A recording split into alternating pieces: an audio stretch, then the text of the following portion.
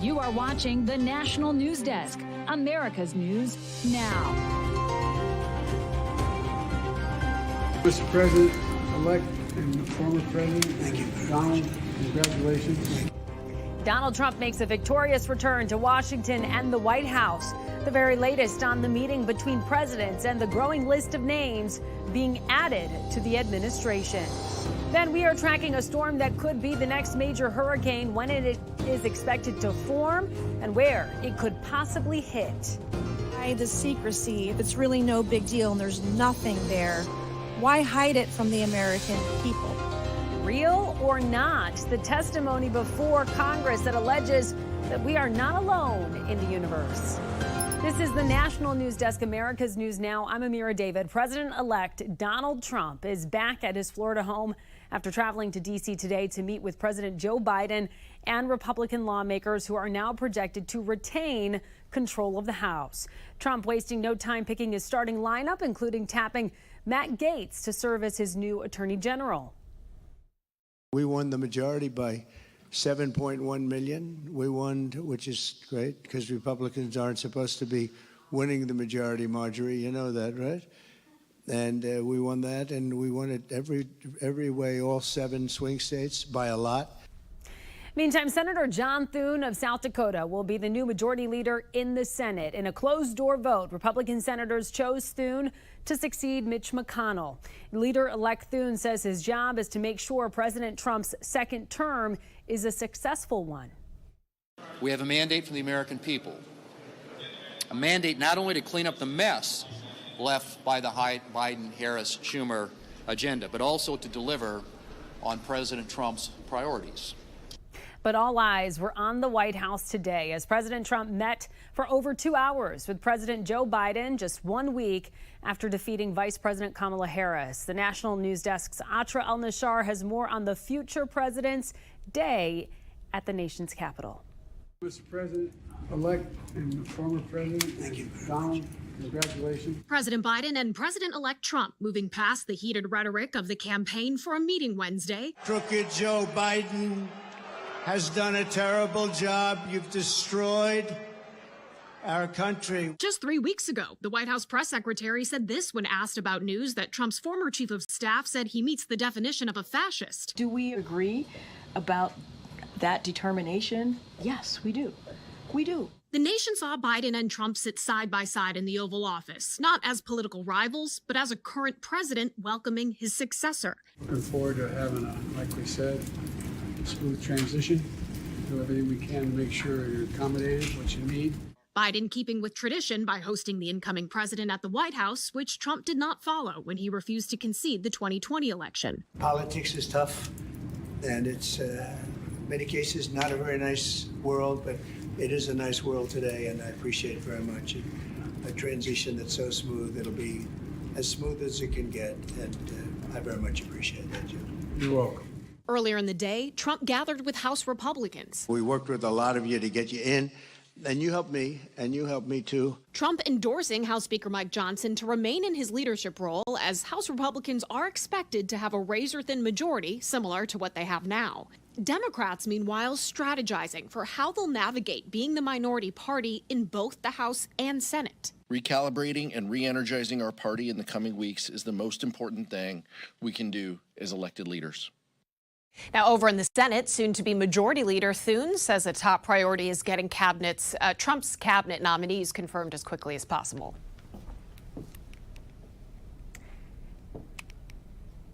And Atra, what might Thune's leadership say about the role Senate Republicans will play with Trump in the White House? Well, remember, Thune used to be a big critic of Trump, even calling for him to leave the 2016 race after that infamous Access Hollywood tape. Since then, he's fallen in line with his party's leader, but by no means is he a MAGA type. So it's possible that Senate Republicans who voted for him see him as a potential guardrail for the upcoming administration. We'll have to see. Yeah, we will have to see, and we know you'll be staying on top of it. Atra El-Nashar, live from Washington, D.C. Thank you so much. And new tonight, special counsel Jack Smith plans to resign before Trump takes office. Sources familiar with the matter say Smith's office is winding down its work on the 2 federal criminal cases against Trump related to the 2020 election and classified documents. Department of Justice policy is that you cannot charge a sitting president. The judge in the Arizona 2020 election subversion case has recused himself after being accused of bias against Trump. Rudy Giuliani and other Trump allies are among the 16 defendants who still face charges. The trial is set for January 5th, but that could change because of this new development. Tonight, 2 people are dead after a factory explosion in Louisville, Kentucky, according to authorities. 3 others are still in the hospital, but are expected to recover. The victims' identities have not been released. The explosion damaged part of the factory along with some homes and businesses. Federal officials are trying to determine right now the cause, and the city is checking on air quality. Maine's new 72-hour waiting period for firearm purchases is headed to court. The Sportsman Alliance of Maine and Gun Owners of Maine have jointly sued, calling the law unconstitutional. The waiting period went into effect this summer after Governor Janet Mills allowed the measure to become law without her signature in April. Lawmakers say the 72-hour window aligns with the time it takes to make a federally mandated background check. Currently, 13 states require some length of a waiting period to purchase a firearm. And tonight, a CIA official has been arrested for an intelligence leak that detailed Israel's preparations for its attack on Iran. According to court documents, Asif William Rahman, an officer for the U.S. government in Cambodia, was charged with the willful transmission of national defense information. The documents are vague of what exactly he shared, but the information leak signified a deep breach of national security. He's expected to first appear in court in Guam, though the Justice Department has asked a federal judge to move him to Virginia to stand trial. Also tonight, we continue to follow stepped-up attacks by the U.S. on Iran-linked militants in Syria. U.S. CENTCOM says it hit weapons facilities overnight, a response to a rocket attack on U.S. personnel at a patrol base. The counterattack coming as Israeli strikes on Syria also ramp up. The IDF saying it is looking to reduce the transfer of weapons from Iran to Hezbollah in Lebanon. Today's strikes on the Syrian countryside followed weekend strikes that Syria says killed 7 civilians and wounded 20 others, including women and children.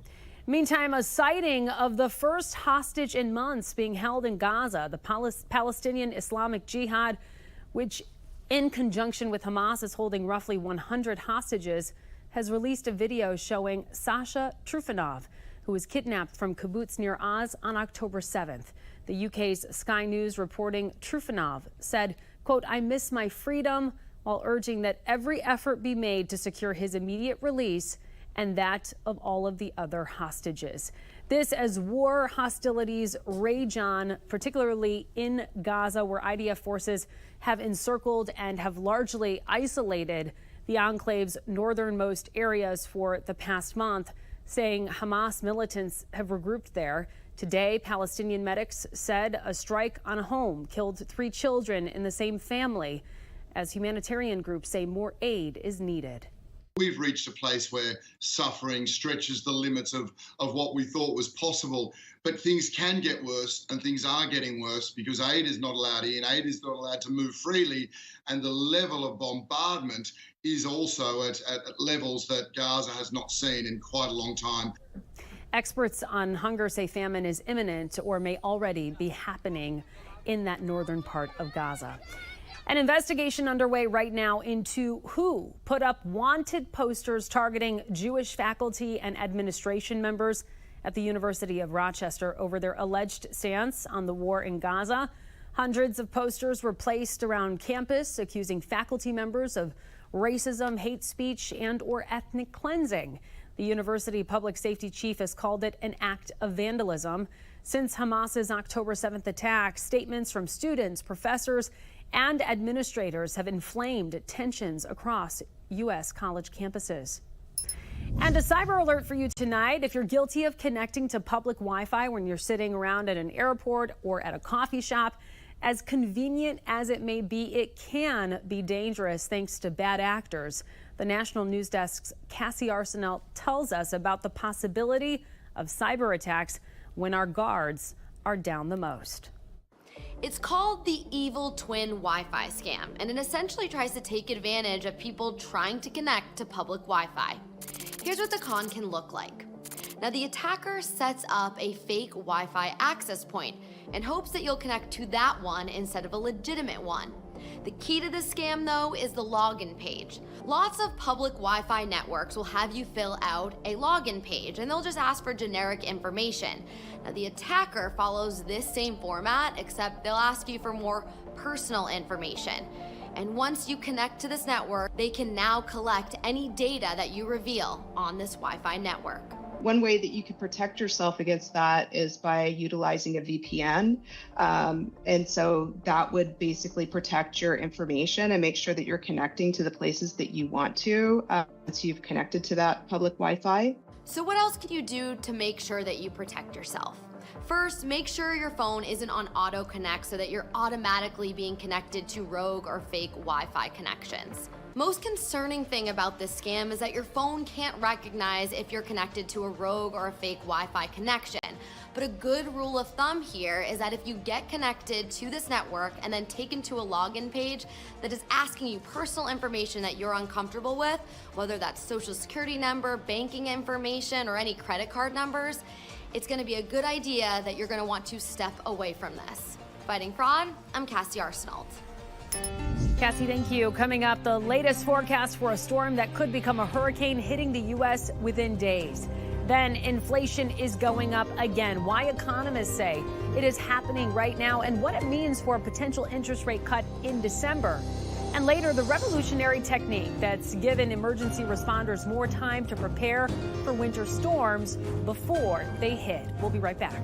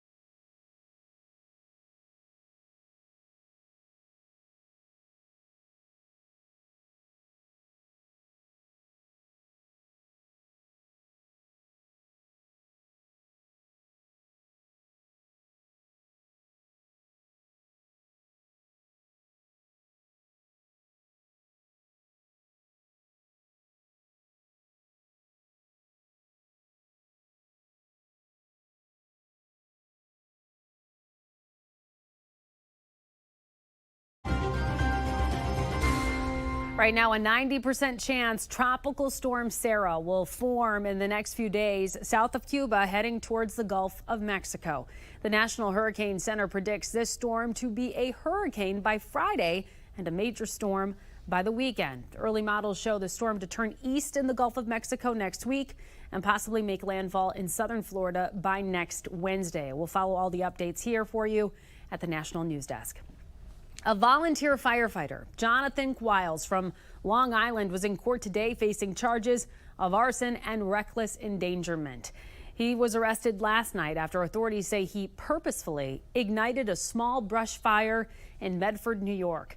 The fire damaged some of the wooded area as well as a car parked nearby. Governor Kathy Hochul issued an outdoor burn ban this week as New York has been under red flag alerts due to dry and windy conditions. Donald Trump has selected more people to join his new administration if they can be confirmed by the Senate. Today, he formally nominated Florida Senator Marco Rubio for Secretary of State, former Democratic Congresswoman Tulsi Gabbard for the Director of National Intelligence, and Florida Congressman Matt Gaetz to be his Attorney General. Also this morning, Trump tapped Fox News anchor Pete Hegseth for Defense Secretary. National correspondent Kayla Gaskins joins us now from Washington with more on that surprising pick. To lead the nation's largest government agency with the biggest budget, Donald Trump tapping Army National Guard captain and Fox News host Pete Hegseth. The trust there that our political leaders or our generals would have our best interests in mind is totally broken. It's totally broken. In Tuesday's announcement, Trump said Pete is tough, smart, and a true believer in America first. Recent interviews show Hegseth as a staunch critic of the woke military, in lockstep with many of Trump's own views. Any general that was involved, general, admiral, whatever, that was involved in any of the DEI woke has got to go. You got to get DEI and CRT out of military academies so you're not training young officers to be baptized in this type of thinking. Back in 2016, Hegseth was under consideration to serve as Trump's Secretary of Veterans Affairs.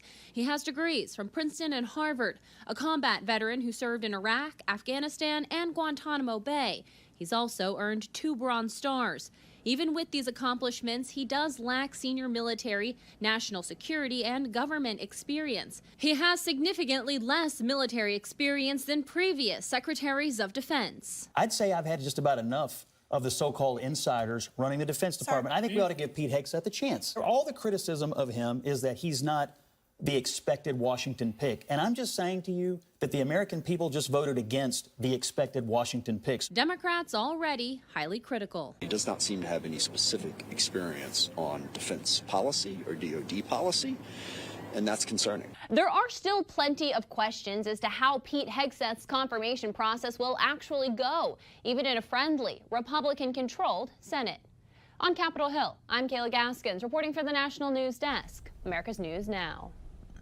Kayla, thank you. For a second time, House members held a hearing to determine whether the government is withholding evidence of UFOs, formerly known as UAPs, unidentified anomalous phenomena. Former defense and intelligence officials claim they've seen UAPs but were silenced when they spoke up about them. The Pentagon says it's never uncovered evidence that UAPs are extraterrestrial in origin, but one witness, Luis Elizondo, a decorated former counterintelligence officer, has claimed for years that the government is hiding information about UAPs from the public. Excessive secrecy has led to grave misdeeds against loyal civil servants, military personnel, and the public, all to hide the fact that we are not alone in the cosmos. Inflation is on the rise again as of October. Today, the Labor Department said consumer prices increased 2.6% year over year, and that's higher than September's 2.4%. This was driven by more expensive housing, used cars, and airfare. Many economists expect inflation to go back down eventually, and the Fed may still cut interest rates again in December, so we'll continue to track that. Also trending right now, Kansas City Chiefs quarterback Patrick Mahomes is calling recent burglaries, quote, frustrating and disappointing. Multiple sources say Mahomes' house in Missouri was broken into in the middle of the night on October 6th. Then $20,000 worth of cash was stolen from tight end Travis Kelce's nearby home in Kansas the next evening. No suspect has been named. Drug overdoses in the United States, they have decreased by about 14% this past year. That's according to the CDC. And their latest numbers out today, in the 12-month period ending in June this summer, the country had 97,000 drug-related deaths, down from 113,000 in the 12 months prior, from 2022 into 23. Experts are not clear on the exact reason for the change, but some point to the end of the COVID pandemic as the turning point. And just in time for peak cold, flu, and allergy season, the Food and Drug Administration says it wants to remove a common ingredient in many of our over-the-counter cold and flu medications. Medical reporter Liz Bonis explains why and what to use instead. The FDA's non-prescription drug advisory committee reports certain over-the-counter medications don't appear to work for congestion. The ingredient in question in these medications in pill form is called phenylephrine. Up until now, it's been used in products such as Benadryl Allergy Plus Congestion, Sudafed PE, and Vicks Sinex, to name a few. It's also been used in some liquid and spray decongestants, but that form is not part of what's being reevaluated. What it comes down to with these medications is that when the FDA reviewed decades of studies of this ingredient in the oral form, when tested on congestion, they found that it wasn't more effective than placebo. So Dr. Andrew Straw, an associate professor of pharmacy practice at Ohio Cedarville University, says here's what you need to know. One thing about phenylephrine, when it's taken orally, it is really broken down in the gut. And so it never really gets to the nasal passage where the congestion is happening. But the nasal spray does, because we're putting it right in that area. He says while the FDA re-examines the products with this ingredient based on this information, he suggests you ask a pharmacist if you're confused. You also, rather than using allergy, cough, and cold medications with multiple ingredients for multiple symptoms, can answer this question and use a single agent. What is the most problematic symptom and target that? And some of these products have 5 active ingredients, and phenylephrine is one of them. All right, Liz, thank you so much for that report. Coming up, many Florida residents were caught by surprise by tornadoes last month. What's stopping officials from installing warning sirens? When we come back.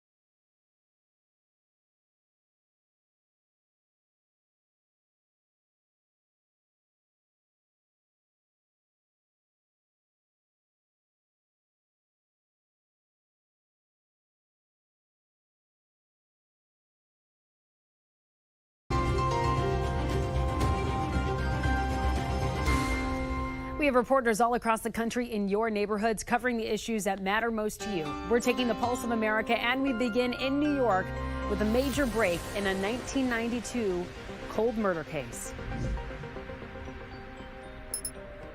On November 12, 2024, Victoria Jobson would have been celebrating her 63rd birthday. Instead, Jobson's children sat in a Monroe County courtroom facing one of the 2 men accused of killing their mother. The 31-year-old mother of 2 was reported missing on October 11, 1992 by her family. It wouldn't be weeks before her body was found December 7th in a vacant field on Rudder Street. Nearly 32 years later, 59-year-old Arthur Jason Jr. and a second unidentified suspect are charged with her murder. It's not coincidental that we're standing in the courthouse on her birthday. Yeah. Happy birthday, Mom. Happy birthday. We're okay.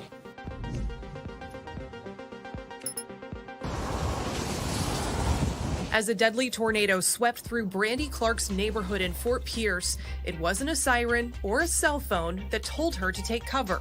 It was a neighbor driving by, yelling at her to get inside. While their story has a happy ending, it also raises the question of why South Florida doesn't have a better warning system in place. Some folks that said, by the grace of God, I was able to seek shelter when I heard something on TV, but I did not receive an alert on my phone. Barnes tells the I-Team people have been asking him about tornado sirens. Officials decided the idea cost too much and couldn't be heard by people indoors with their windows shut, which most are due to air conditioning. The more lead time we have, the more information we have ahead of time, the better our response capabilities are going to be. This is what we should see if the weather plays out the way it's forecast. National Weather Service meteorologist Steve Piltz and a former power company worker put their heads together and developed a formula for predicting the specific impacts from each storm before the storm hits. The Sperry-Piltz Ice Accumulation Index was groundbreaking. And so we could begin to brief emergency management officials and say, this looks like this could be an outage that could last 3 to 5 days. If that's the case, then you're going to need to plan volunteers and plan for supplies at shelters that may have to house people who have lost power. The Sperry-Piltz Ice Accumulation Index, created here in Tulsa, is now used across the country to help city leaders prepare for power outages. Coming up, red panda cub triplets will be on display soon at a Nebraska zoo. The reason their birth is so very important when we come back.